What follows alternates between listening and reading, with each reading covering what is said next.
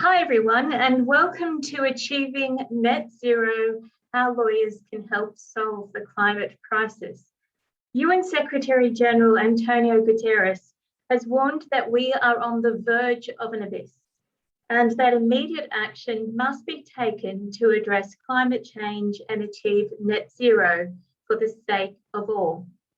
It is easy to feel discouraged by the state of our planet, but we are here today to share the positive contribution made by the Chancery Lane Project.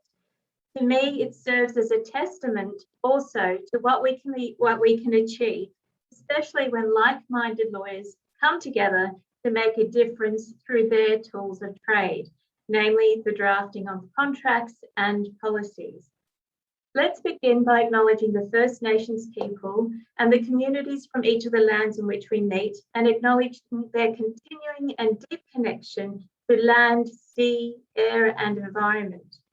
For me, I would particularly like to acknowledge the Gadigal people of the Eora Nation, their elders past, present, and emerging.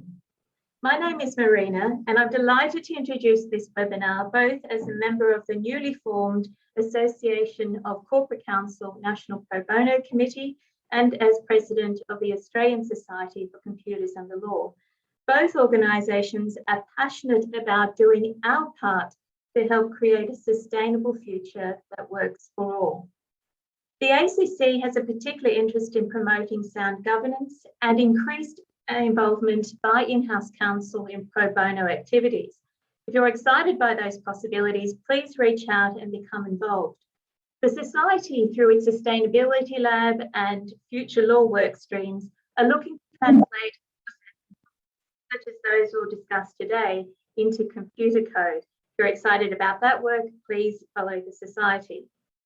To start the conversation today, we are delighted to be joined by two fantastic lawyers, Charlie Turner and Phoebe Roberts, both co-APAC leaders for the Chancery Lane Project. Now for brief bios. Charlie is a Senior Associate of Climate Risk Governance at MinterEllison and is admitted to Victoria as well as England and Wales. He is also Company Secretary for White Box Enterprises, a large-scale employment-focused social enterprise employing 5,000 of Australia's most disadvantaged young children. Thank you for your good work there, Charlie.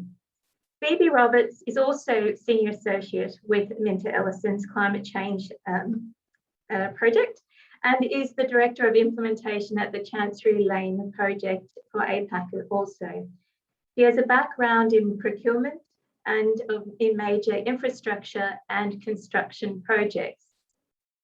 Just a little bit of housekeeping. Please keep yourselves on mute and use the chat function for questions. You can raise questions at any time, but we're likely to answer most of those at the end of the substantive presentation. So looking forward to that lively discussion later on and to both presenters giving their presentation now. Now over to you, Phoebe and Charlie. We very much look forward to your presentation. Thank you.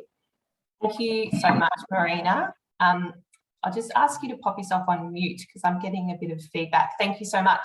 And thank you also to Natalia from ACC for all her background, back-end organising for today. And thank you to everyone out there in the audience who has signed up and is joining us today, either live or through the recording. We have a really large and diverse group of organisations signed up, which I think demonstrates the momentum and focus on climate issues in the legal sector. So as Marina said, I'm Phoebe Roberts and I'm joined today by my esteemed colleague, Charlie Turner. We're both Senior Associates in the Climate Risk Governance team at MinterEllison and both heavily involved in the Chancery Lane Project. We'd love it if you could introduce yourself in the chat and just drop in where you're joining from and your organisation, just so that we can get to know who's on the line as we can't see directly.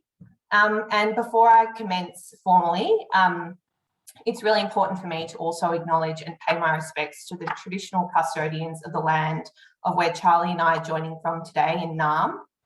the Bunurong Boon Wurrung and the Wurundjeri Woi Wurrung peoples of the East Kulin Nation, and we pay our respects to their elders past and present, and also acknowledge their long and uninterrupted connection with this land, which always was and always will be Aboriginal land. So, as mentioned, Charlie and I are senior associates at MinterEllison, and our team works with private and public sector clients to put climate risk governance in a context that looks at the risks from a financial and liability risk lens. So our approach combines commercial law acumen with a really deep cross-disciplinary expertise across economics and finance, risk management, science and audit, bringing a really unrivaled strategic approach to what is a really dynamic risk issue that is climate change. So we help to assess the economic and physical and litigation risk issues and implement overarching climate risk governance strategy. And we interpret the legal consequences of commercial risks that may arise for organisations and communicate them in plain language, and translate these insights into actionable frameworks, including across due diligence processes and contractual risk allocation. So enough about MinterEllison. Today we're here to talk about the Chancery Lane Project, and more broadly to really open up the conversation and perhaps plant the seed for the role of corporate lawyers and transactional lawyers in the net zero transition. So it's becoming increasingly important that we start bringing climate clauses into mainstream drafting, and to think about how powerful it could be if every contract considered climate risks and included climate solutions. So the aims of today's workshop are to provide an overview of TCLP, but also to give you a start in understanding the concepts surrounding net zero and introduce you to some of our climate clauses. We also want to acknowledge and appreciate that there are a number of really overwhelming global events unravelling at the moment, and lots of us are doing it quite tough across Australia. So the weight of climate change can often feel burdensome, and you can often feel a little bit helpless, thinking, what can I do about this global issue? We really hope that today we can help empower you and give you some options for small actionable steps to help you feel like you're doing something meaningful with your work and legal skills to move forward on climate change. And really, the opportunities for lawyers to participate in the decarbonisation of the economy is twofold from our perspective. Firstly, to protect your organisation from the biggest foreseeable risks to their operations, and to be on the front foot with that. And that's really the work that we're focusing on at MinterEllison. And then secondly, to facilitate the global transition to net zero through legal drafting and your commercial skills and knowledge.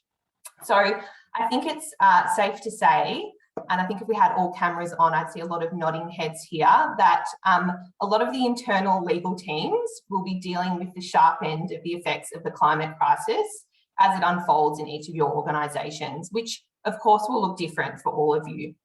So we hope to provide some tools and ideas to support you in this process. And in that context, even if we just focus on net zero targets, for example, these are an organisation's publicly stated climate commitments. And also maybe your suppliers or other stakeholders have made these types of commitments recently. It's our jobs as the lawyers, and in particular the key role of an in-house lawyer, to cascade this and fulfil that climate ambition through your operations and your suppliers, with your customers and with your staff. So in today's session, we will give you an overview of TCLP, and then secondly, we'll look at net zero and what it is, and really about how you can start drafting net zero concepts into your documentation. Then we'll give an overview of a selection of climate clauses and case studies of organisations who are using the Chancery Lane Project clauses now. And we hope to leave lots of time at the end to answer any of your questions and have a discussion with any insights you might have. So with no further ado, Chancery Lane Project, as you can tell, is something I'm quite passionate about, is working towards a world where every contract and law enables solutions to climate change, and in which every lawyer feels inspired and empowered to create and use those solutions. So we are a collaborative pro bono collective of lawyers and legal professionals.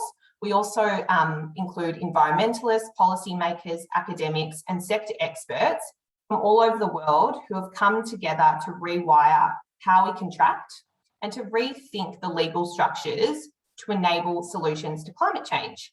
So in our work, we support businesses and communities to embed net zero drafting solutions and empower lawyers to facilitate a just transition to a net zero economy in their transactions, projects, and with their clients.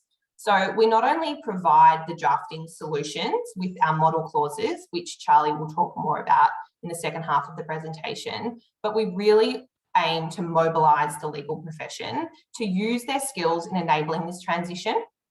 And we really want to help lawyers to understand how integral their role is in unlocking climate solutions in our society.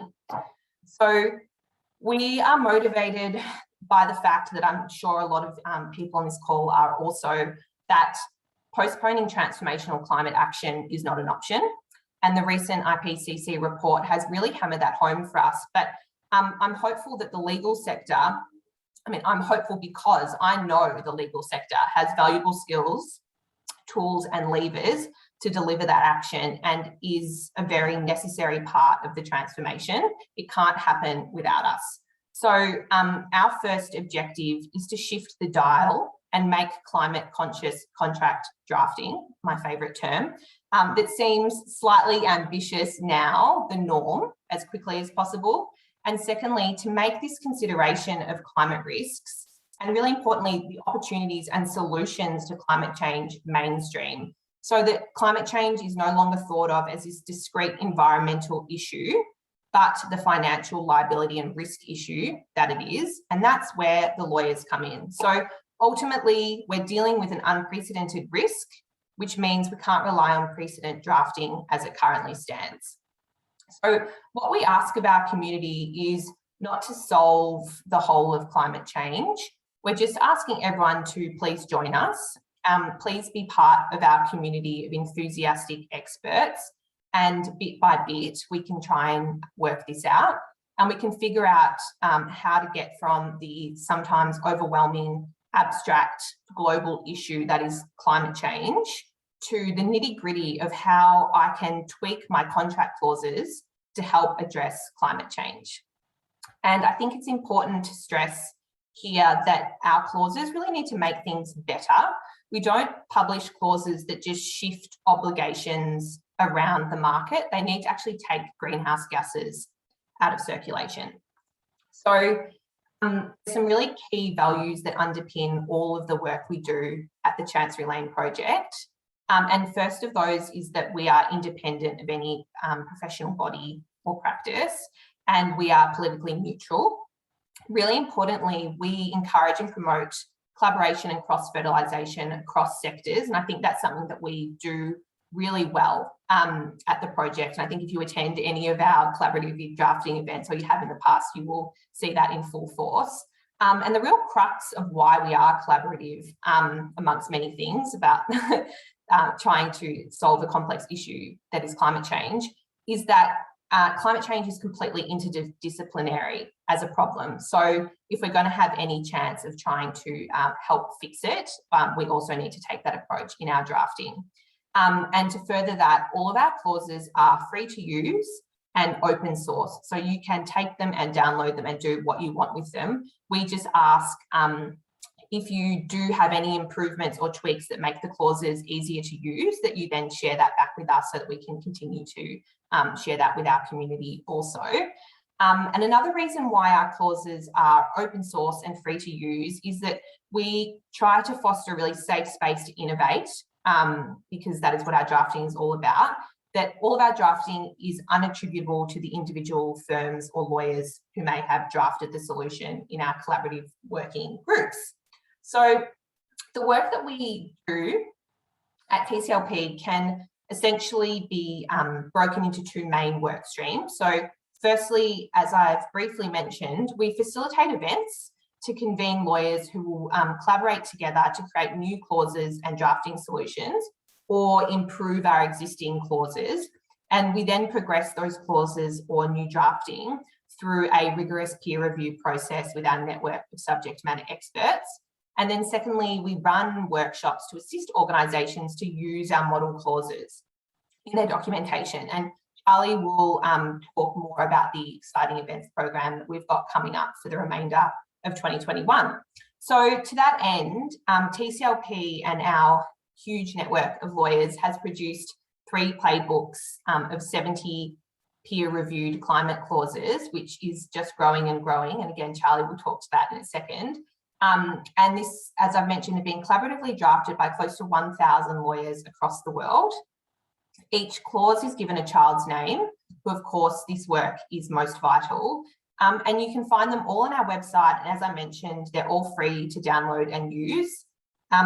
Each clause also has a user manual which provides context to the clause, including the climate issue it is trying to address and the solutions embedded in the drafting, as well as drafting notes and further resources behind the process that went into drafting the clause. We've also produced a comprehensive glossary of terms that we're continuing to refine and update and provide new terms. And it's really to encourage consistency across the clauses. And thank you to Marina for dropping all that stuff in the chat there. I can see it popping through. That's really helpful. And we find the glossary in particular is a really useful starting point and resource for lawyers who have just started looking into our work. And as it says on the slide there, we've had more than 57,000 downloads in 12 months, and that's across 73 countries. So I think that's pretty remarkable. And the final point that I will just leave you on before I pass over to Charlie is to say that our clauses are not static. And we really hope that our clauses are used as inspiration and not an end point of your climate conscious drafting. Lawyers really need to turn their inquiring legal minds to each clause to use it in their practice.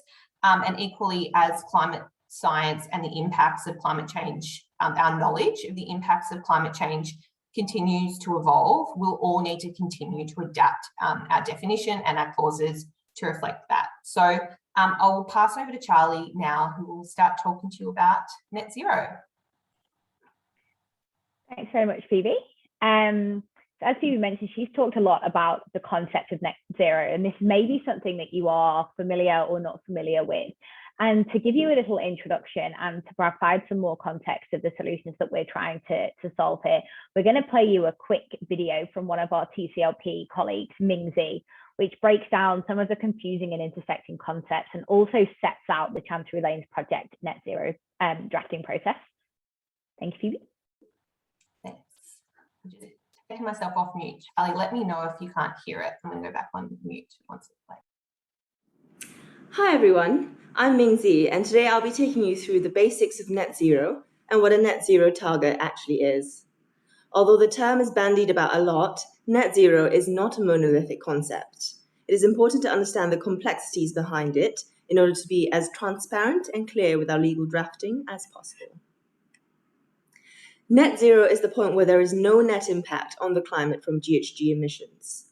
There are two main ways of reaching net zero: reducing emissions and removing emissions. Activities that reduce emissions include switching to low emissions technologies like solar power and improving the energy efficiency of buildings. Negative emissions are things like carbon sinks, both natural ones such as forests and man-made ones such as carbon capture and storage technology. The term net zero can be applied to multiple entities at multiple levels. This can get confusing at times. Investors and shareholders like the Climate Action 100+ group speak about net zero financial portfolios. So they are assessing the degree to which companies within their portfolios in aggregate have plans to reach the state of net zero impact on the climate. Governments take a whole of economy view of the transition to net zero, such as the UK's 6th carbon budget recommendations. Corporates and indeed individuals have net zero plans for their business operations and lifestyle choices. So net zero is the vocabulary that the international community has rallied behind. It's what the UNFCCC, the COP conferences, corporates and financial institutions are using. But what does it really mean to have a net zero target? If you follow the media's coverage of climate finance, it might seem as though everybody under the sun is setting a net zero target. But here's the rub. One person's vision of net zero may vastly differ from another's. The key then is to look behind the label of net zero to what the target actually is, how it is calibrated, and what accountability measures are in place. There are shades of green for net zero targets, and as lawyers, we need to be live to these nuances when we draft. There are 7 key elements of a net zero target, and I'll be taking you through these in turn. Within each element is a spectrum of ambition. Now, different organizations and countries are on different stages of their net zero journey, and at TCLP, regardless of where you start, the expectation is that you climb up the ladder of ambition. The first element is scope. Carbon emissions are bounded following the Greenhouse Gas Protocol's scoped approach. Scope 1 emissions are direct emissions from sources owned or controlled by the company. If you are a logistics company, this might be the emissions from your heavy vehicles. For a refining company, this might be the fuel combusted at the refinery. Scope 2 are emissions coming from the energy consumed by the company. So this includes the energy consumption of a business office blocks and whatever is needed to run your machinery and your plants. Scope 3 are indirect emissions from the company's entire value chain, even though those sources may not be owned nor controlled by the company. So these include all the emissions of your suppliers upstream, as well as your downstream transportation, distribution, and use of products. It's important to note that the vast majority of most companies' emissions will occur at the Scope 3 level. For the oil and gas sector, for example, easily 90% or more of emissions will be in Scope 3. The international consensus is that any credible net zero target must include all 3 scopes of emission, because, logically speaking, how do we ensure a whole of economy transition to net zero if we miss out any one scope? Now, there are several difficulties with including Scope 3 emissions. For example, there is a lack of high quality Scope 3 data, and the companies do not control these emissions and these sources, and there are issues of double counting. A couple of solutions include setting materiality thresholds, for example, having to include all of your significant emission categories so that a maximum of 5% of your overall emissions are omitted. Or perhaps you could stipulate that only particular sectors with very high Scope 3 exposure have to disclose them. For example, oil and gas, mining and metals, and automobiles. Second element is warming. I like to think of this as the area under the graph, or in terms of cumulative emissions. Recall that net zero is where there is no net impact on the climate from greenhouse gas emissions. Now, this is a state of the world, and it is a point in time. It says nothing about how much emissions went on before we got to net zero. In other words, net zero can be reached at many temperatures.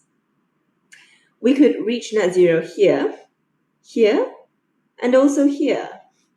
The more we delay, the more emissions will generate in the meantime. But we can also reach net zero in 2050 and go far hotter than a warming of 1.5 degrees Celsius. How? By continuing to emit as business as usual, having a huge realization in 2040, and then pushing the throttle on decarbonization.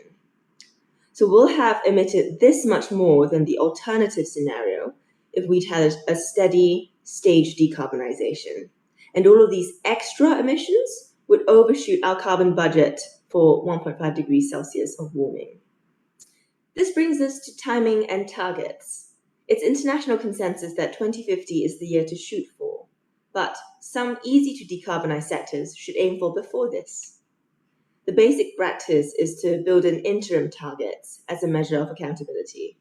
The Supreme Court of Ireland, for instance, has ruled that the Irish government was in breach of its climate change obligations because its net zero plan did not set any targets in the lead up to 2050.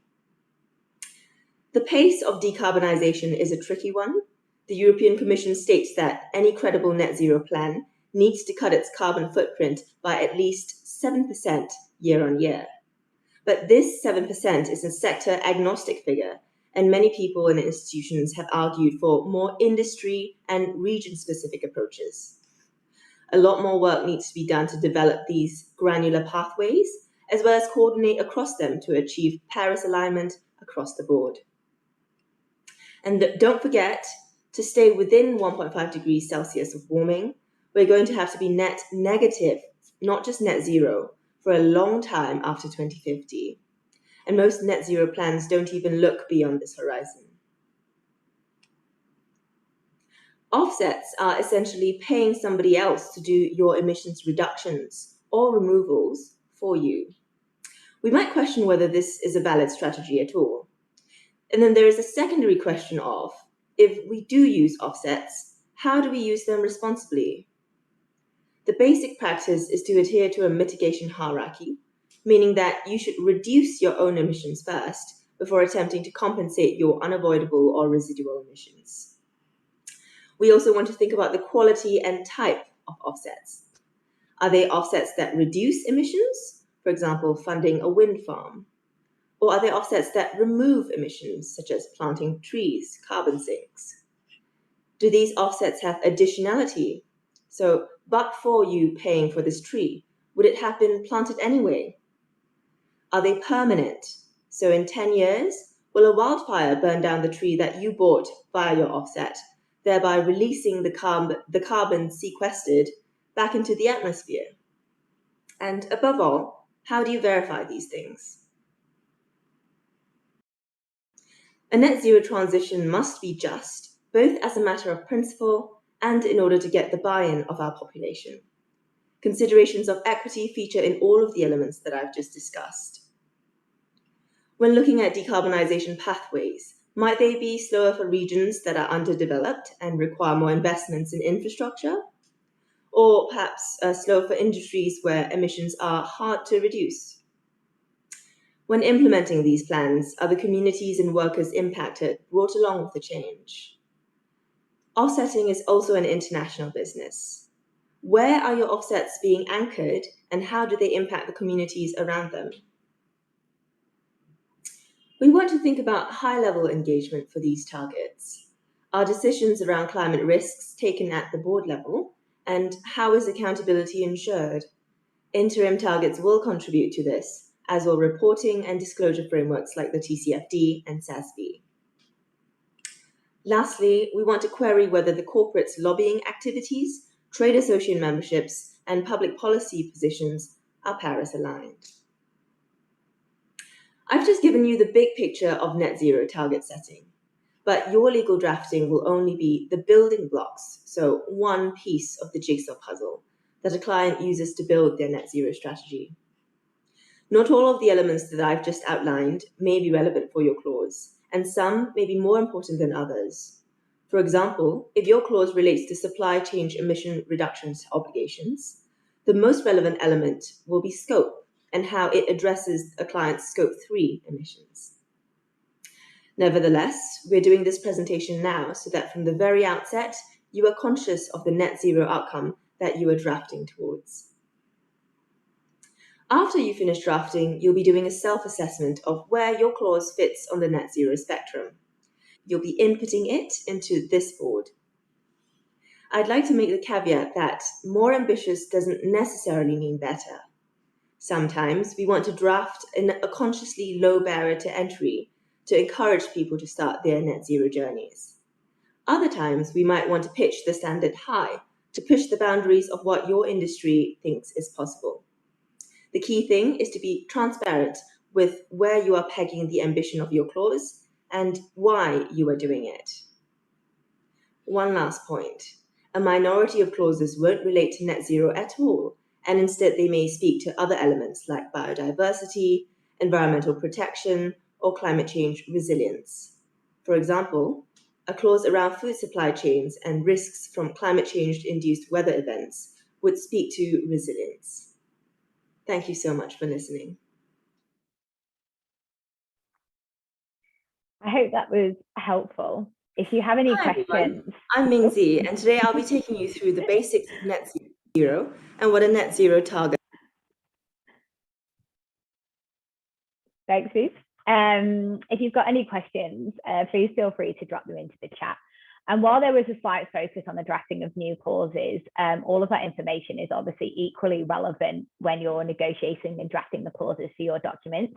We also now have the Shell judgment and last week a filing against Santos alleging greenwashing in relation to its net zero strategy. So these concepts and ideas could not be more relevant for our clients and businesses. Next slide, please, Phoebe.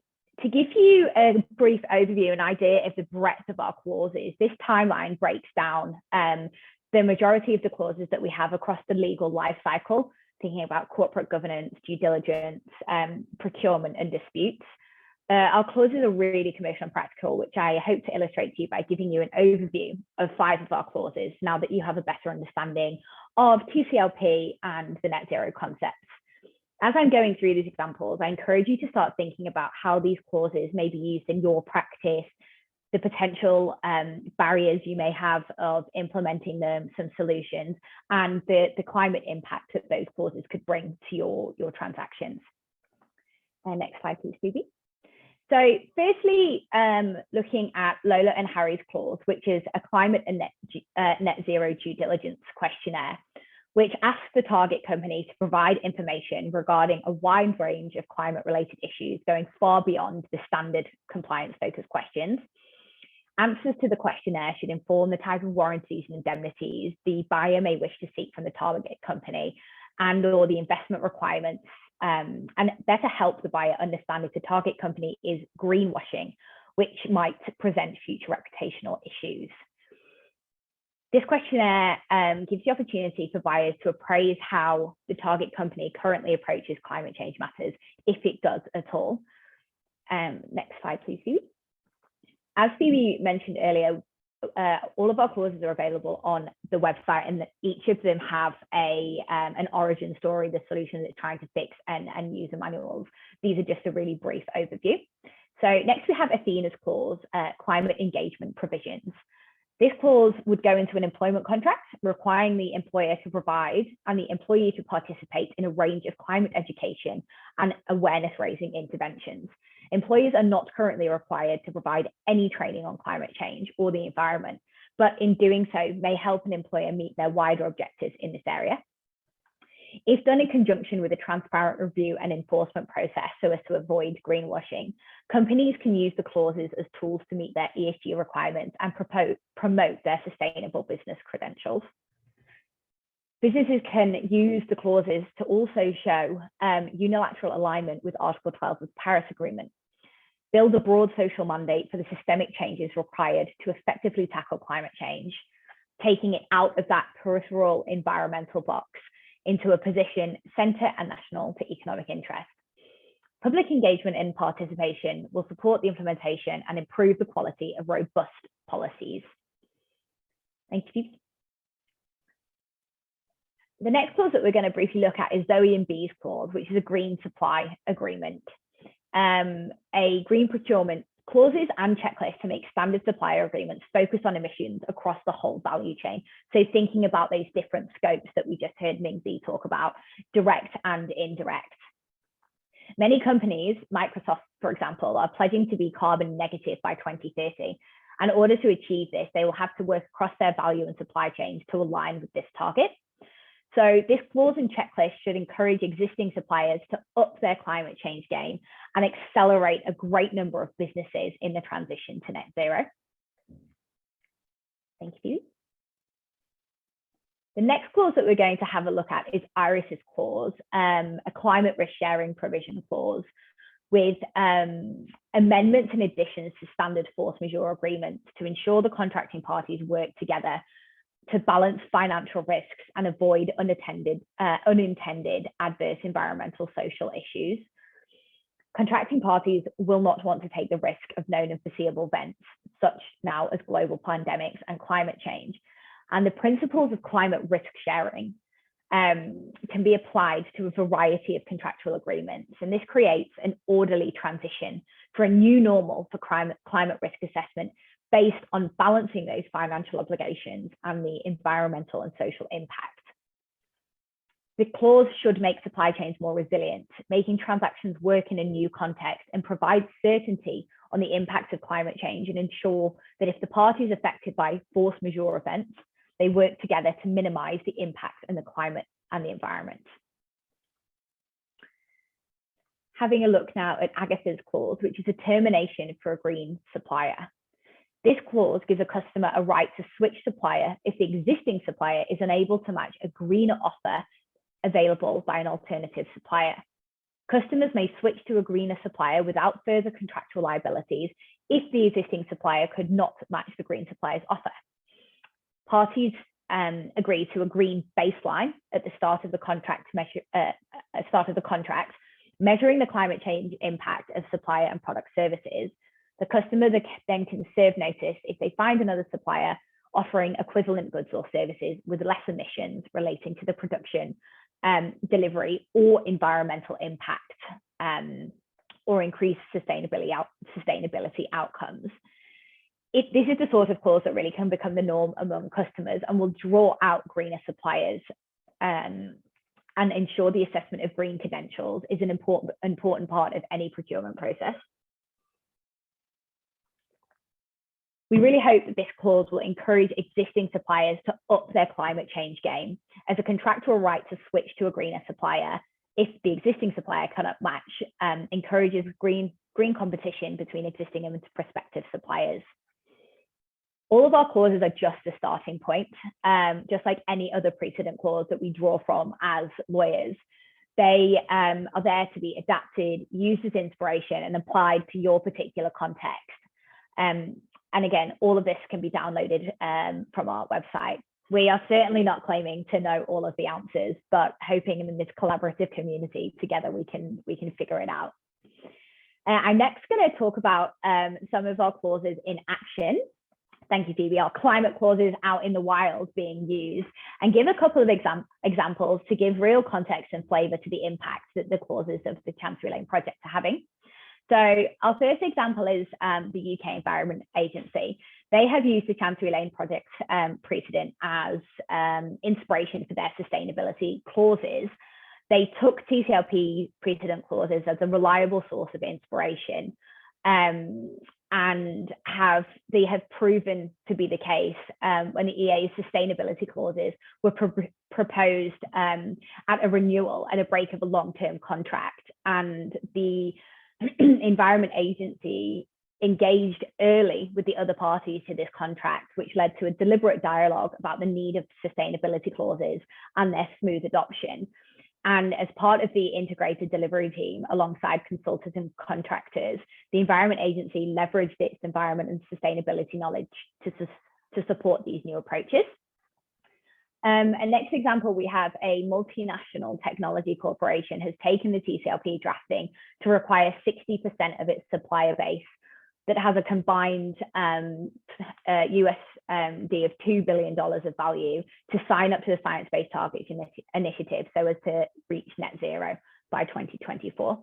A couple of other examples, we have Salesforce in the UK notified its suppliers that it had added binding commitments into its supply chain contracts to ensure that suppliers representing 60% of its Scope 3 emissions will set their own science-based targets by 2024.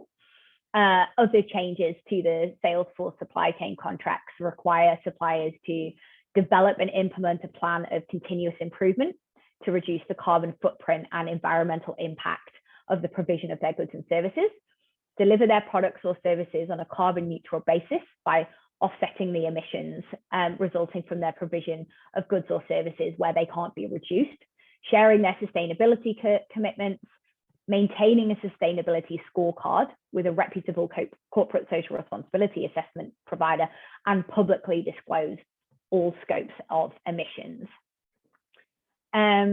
And just one other example, across the pond in the US, Practical Law, which is part of Thomson Reuters, a legal knowledge provider, led a team of lawyers to translate the TCLP clauses into the US jurisdiction. and they are now in the process of exploring how to incorporate these clauses into its online resources and addressing what they found as an increasing client demand for climate conscious drafting. Next slide, please, Phoebe. So I'm now going to give you a quick overview of what TCLP has planned for the rest of 2021 and where the opportunities are to get involved. Firstly, and really excitingly, we are launching our NetZero Toolkit in October. The toolkit includes lots of helpful videos, explainer guides, to guide you through the process of understanding what net zero is and how to draft in a net zero way.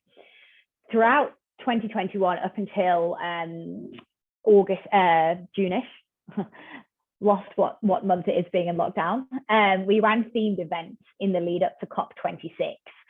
The COP is the Conference of the Parties, the United Nations Climate Change Conference, which is the 26th one, which is taking place in November in Glasgow. And we ran a series of theme events in line with the COP26 chapters. And as a result, a whole bunch of new drafting came out of those events, which is at the final stages of being peer reviewed at the moment. And that will all be released in our Net Zero Toolkit, along with aligning our current content with our net zero framework. And these will all be published and freely available as well. The toolkit will also include a suite of further case studies, really highlighting where the clauses have been used and being able to draw examples from similar industries to really show the impact that these clauses are having. During the first 2 weeks of the COP in November, TCLP will be running a whole series of workshops. The first week focusing on climate clauses and action events. These events will be industry specific, really focused on clauses, and you will leave with a tailored action plan on the next steps for implementation of the clauses into your practice. And then the second week, we'll be taking a really deep dive into the concepts of net zero and how to draft in a net zero consistent way. The event schedule will be publishing soon, and it would be great to see lots of you there as Phoebe and I really build out the APAC chapter of TCLP. After we've taken a small breather following the COP weeks, TCLP will start focusing as well now on biodiversity and just transition issues. Just to reiterate what Phoebe has said before, our clauses are not static, and we really hope that they are taken and used as inspiration, not an endpoint of climate conscious drafting. We all need to turn our unique inquiring minds and the skills that we have and use on a daily basis in our practices to adapting general day-to-day contracting to include climate conscious drafting. Next slide, please. So there are lots of ways to get involved with TCLP going forwards. And thank you, Phoebe. And the easiest way is to start right now, familiarizing yourself with the clauses that are relevant for your practice and start thinking about how these can be used, talking to your colleagues about them, discussing them, and really socializing the idea of climate conscious drafting and how to embed net zero commitments into documentation. We're actually currently taking expressions of interest for our TCLP and ambassadorship program.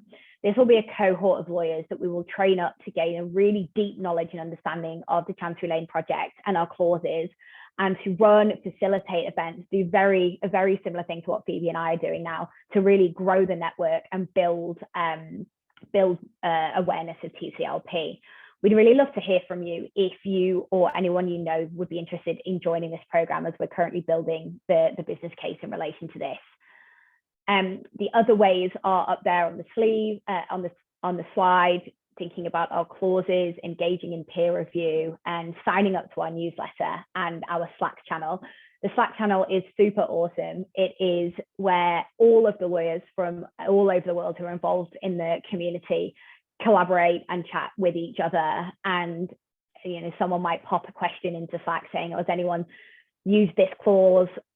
I've come up with this problem, how did you overcome it? And really facilitates the collaboration that we really love at TCLP. And just quickly flipping to my MinterEllison hat on, Phoebe and I have been running workshops with our clients on how to use these model clauses. As mentioned earlier, our day-to-day practice is involved in advising on the risks associated with climate change, and climate conscious drafting and the TCLP clauses really brings that added layer of solutions and net zero targets into contractual drafting, and is a really great complement to our practice. I'm going to end there, and we will happily take any questions or anything you'd like to discuss. So thank you so much. Fantastic. Thank you so much for your presentation, and what an inspiration. There are a number of questions that I've received and I've posted in the chat so you can see them ahead of time. But can we perhaps start with this question of risk? As a transactional lawyer, we normally look to insurance. We then think, maybe there's a director's duty problem here, and other ways to try and shift risk around. What are you seeing in terms of trends around directors' duties, around insurance? And is this something that in-house lawyers definitely need to pay attention to? Sorry, I might just pop you on mute again because there's that feedback issue. Thank you. Charles, feel free to jump in here. My view on that is that the trend has actually been towards governance issues, and insurance is slowly catching up, obviously, because they are in the risk game. So they have the most to lose and gain with these risks. But that actually the trend towards addressing these risk issues in your contractual frameworks is the thing that is actually catching up now. And so that to me was the lag, and my practice is predominantly around contractual risk allocation and advising on in that space. And so from my perspective, the focus has been on, and I think a lot of it led by the brilliant work of our boss, Sarah Barker, on the directors' duties, risk governance issues, and linked to that insurance issues clearly as well. But that's actually been the trend, and what we're seeing now, particularly in respect of net zero targets, is that setting a net zero target is now just the baseline and the starting point, and investors and shareholders and regulators are looking now to more detail and needing more kind of meat to the bones of a net zero target around setting those interim targets that meaningfully align with the Paris Agreement goals and with the updated science that we now have from the IPCC. So just to reiterate the points in Mingzi's video, that it's no longer just about promising something to happen in 2050, but really about stepping through that in detail. Charlie, did you want to add anything to that? No, absolutely. I think you're right, just really highlighting the point that the shift, there's been such a noticeable shift from, oh yes, set a net zero target, to now the expectation of what is your plan, how do you propose to get there, and this kind of drafting, climate conscious drafting, and embedding those net zero targets is a real solution to the risks of not doing so. Yeah, and I think taking that step to really operationalize your commitments, and I think Athenas Clause is a really good example of that, is that are you actually cascading this into your business, and are you taking your employees on the journey and you making it the core of the business of what you're doing? So yeah, I think that's all we'll say on that one.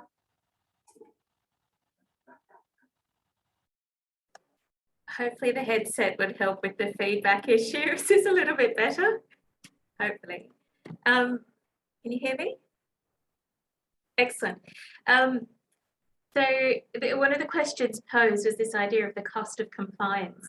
And you did mention quite early on that the intention is to try and essentially take carbon or emissions out of the process, rather than just shifting the risk elsewhere or the cost of compliance to perhaps the person least able to address the cost of compliance. So it's okay for large companies to say, well, I've got a fantastic agreement. I've essentially passed on the risk to the next person in the supply chain. How is that being addressed in the Chancery Lane Project, and where can we take inspiration from to do it right? Yeah, it's a fantastic question, and one that gets grappled with a lot during our Climate Clauses in Action workshops. And I think our starting point with these conversations about risk return conversations is that climate change is already costing your business and the smaller suppliers businesses every day with the risks that they're taking on and signing up to that aren't being accounted for. In saying that, of course, we need to consider how, the cost of compliance with these clauses may be more burdensome on smaller players. And, if we just use the construction industry, for example, we know how that works and just pushing risk down the supply chain.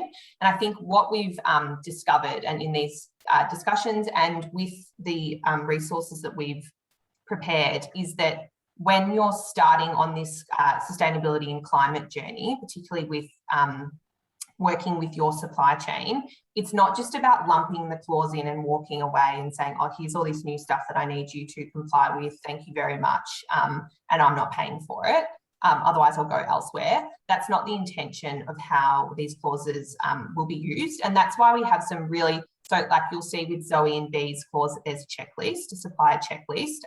One of the clauses in development at the moment is a construction industry clause, Robbins Clause, which is a questionnaire for a supplier around their climate change credentials, aiming more at that carrot versus stick approach, in that taking your suppliers on the journey with you about what your expectations are going to be in the future, not now, but in the future, and to start them to understand and build their capability across the across those different areas of where they need to skill up.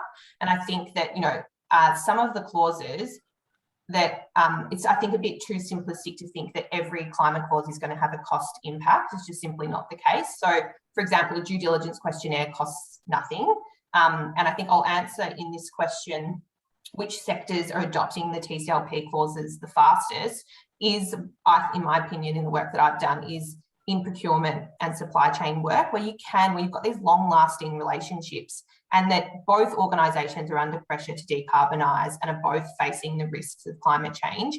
And it's in their interest to work together on this. And so that it is an incremental approach, it's not all or nothing. And the parties really do need to work together. The other sector is real estate and the built environment. And again, in that case, there are some clauses that we have, the name is escaping me right now, but it'll come to me in a second, where it doesn't cost anything to have a statement about the climate risk impacts in a real estate transaction, for example, and those same due diligence principles apply. So, that would be my long-winded way of saying that it doesn't always have to cost something, and that taking a sort of nuanced step-by-step approach is what we always encourage. Thanks. Charlie, a question for you. I love the idea that this is multidisciplinary, and working within the university sector, I see more and more that even research just can't occur in a silo. You need to have multiple voices involved and engaged. The Australian Society of Computers Law are about computer people and lawyers working together to try and solve problems. Where have you seen this multidisciplinary formula work exceptionally well? And could it be part of the solution where we're trying to monitor compliance? We can have a fantastic clause, but how would you know whether or not your emissions are on target or not? Is that part of the solution as well, to have a multidisciplinary approach? Yeah, absolutely. And I think sort of just referring to our legal practice is entirely a multidisciplinary approach. We don't take a compliance-based approach to it at all. Our climate risk governance practice thinks about what's coming over the horizon, what are all the expectations of financiers, investors, all the stakeholders, what's the science telling us, what's the economists telling us, and that in itself, and that multidisciplinary approach is the only way really that you can fully understand the risk and therefore the solutions to that risk. And on the sort of multidisciplinary kind of, I saw a question in the chat as well about what have been the most inspiring and things, and in that cross collaboration, in the sessions that we've just run, the climate clauses in action sessions, and looking at some of the barriers to implementation of our clauses, the sessions were amazingly attended by sector experts, partners from law firms, people from all different professions who came together in the TCLP spaces and collaborated to work out, okay, these are the issues that we're facing, what are the solutions. And obviously Phoebe and I are so passionate and inspired by the TCLP project anyway, but that real collaboration of industry experts, lawyers, scientists has really helped us drive this project and provide these amazing solutions. Oh, fabulous. Phoebe, would you like to also mention what you found most inspirational, and also could you approach the question on technology transforming the way we do these things? Are you looking, for example, at blockchain solutions, or how to digitize these contracts through rules as code technology? It'd be really interesting to hear. Sure. So the first one is, I think, quite a relevant example to the audience today, is that so the multinational technology company that Charlie was referring to earlier is Salesforce. And one thing that's really inspired me about their engagement with TCLP, and this is something that it always brings a smile to my face when I talk about this story, but you know, we run these workshops and we run them sometimes with organizations, and we get, you know, all these different stakeholders together, and we're trying to help people use the clauses and, you know, taking them step by step. And we just reached out to one of the lawyers from Salesforce to ask them how they were going on using the model clauses. And this was, you know, a couple of months or something after we'd had, you know, a really collaborative session. And they just wrote back, being like, oh yeah, we're using them. And we were like, sorry, this is, you know, last year or something. We're like, sorry. And they're like, oh yeah, we just put them in all of our supply contracts.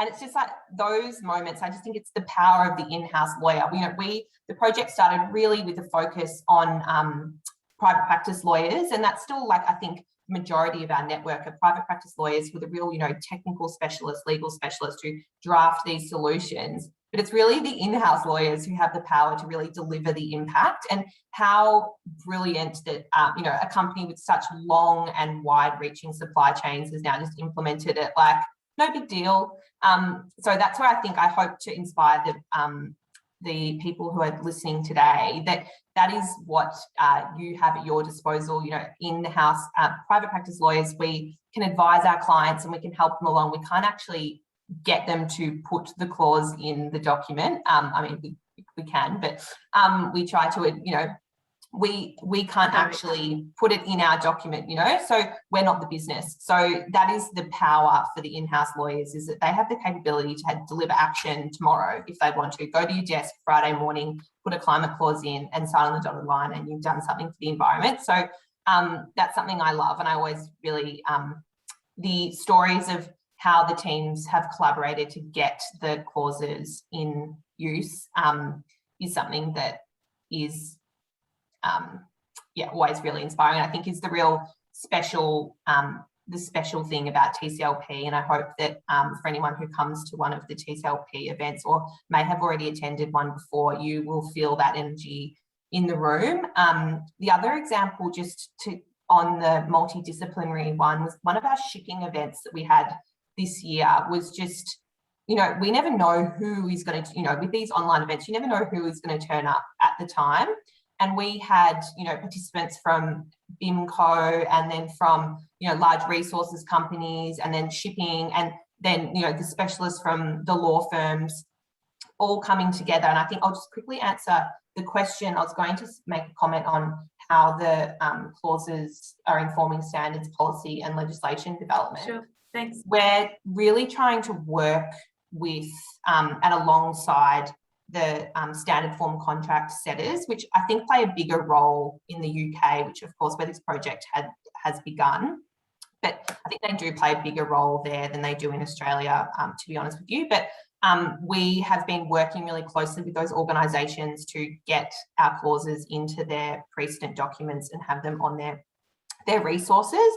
And our premise at TCLP, and Marina, I haven't forgotten about your question about coding the clauses. We have too many questions for you, but no, it's fantastic. Keep talking. The real premise of TCLP is that we can't wait for legislation. That is why, and we can't wait for the policy decisions. That's why the project exists. If we had the perfect policy and legislative settings that allowed these solutions to be implemented today, we wouldn't need to exist, and that would be fabulous, because we would be cracking on with climate solutions with every single contract. But unfortunately, we don't. And contracts are something that you can go away and draft and agree between private parties and just get it done immediately with no red tape. So the project started focusing on model clauses and model laws, and we really kind of quickly pivoted to focusing more on our model clauses because we saw that's where we were delivering impact.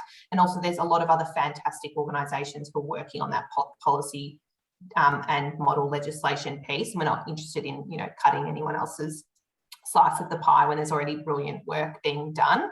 I have to admit and say that, Marina, the digitisation of our clauses is something that's over the horizon. At this point in time, we're quite a small team. There's 12 of us in total in the core TCLP team, scrambling, just trying to get our clauses up onto our website. And so digitising them is something that's over the horizon into the...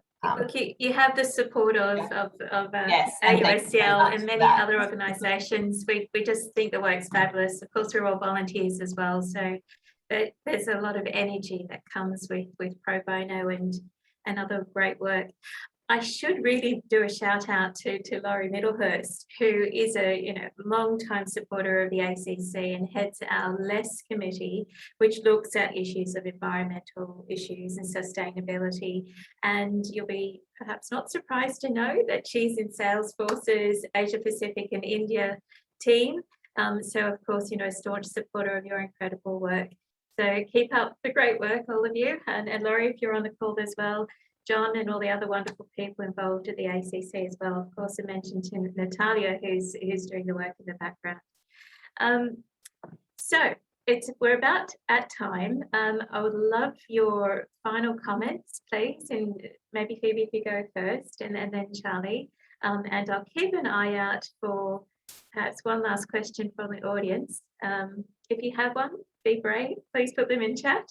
But we'll move straight to closing comments from our speakers. And if your question comes in on time, we'll be sure to ask it. Thanks, Phoebe, for your closing comments. Thanks, Marina. I don't have too much more to say. I feel like you've all heard enough from me. I will just reiterate a very important point that Charlie made, which was if you want to have the most impact with the Chancery Lane clauses, what you can do today is to start using them in your practice and start talking about them in your organisation. You don't need to be running any fancy events, or I'll just stop sharing so we all see our faces a little bit. But you don't need to be running any fancy events or getting up on your soapbox about the Chancery Lane Project like Charlie and I do at any opportunity, but you can just start using the clauses in your business and start working with your colleagues today. And also that it's been one of the most enriching professional and personal really experiences that I've had. So I would just really encourage you to share the project, particularly with your fellow team members and maybe your junior team members who are wondering what they can do and to find some real meaning and purpose in their careers and to put their legal skills towards something they feel really passionately about. And that's it from me. Thanks, Phoebe. I'll really just echo that again, it is one of the most rewarding and enriching projects to be involved in, and really helps ease that sometimes overwhelming fear of what as a commercial or corporate lawyer can I do to help fight the climate crisis. Well, actually, you have this incredible toolbox that you use every single day to start driving real impact and change, and doing so in such an amazing collaborative project is just amazing. That's it. I will also stop talking. Testament to how comprehensive your presentation has been. We don't have that final question. So let me end with a final statement.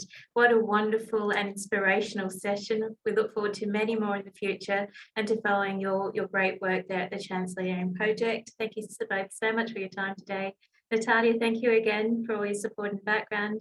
And we look forward to meeting you again on another occasion. Have a lovely evening, everybody. Thank you very much. Bye for now.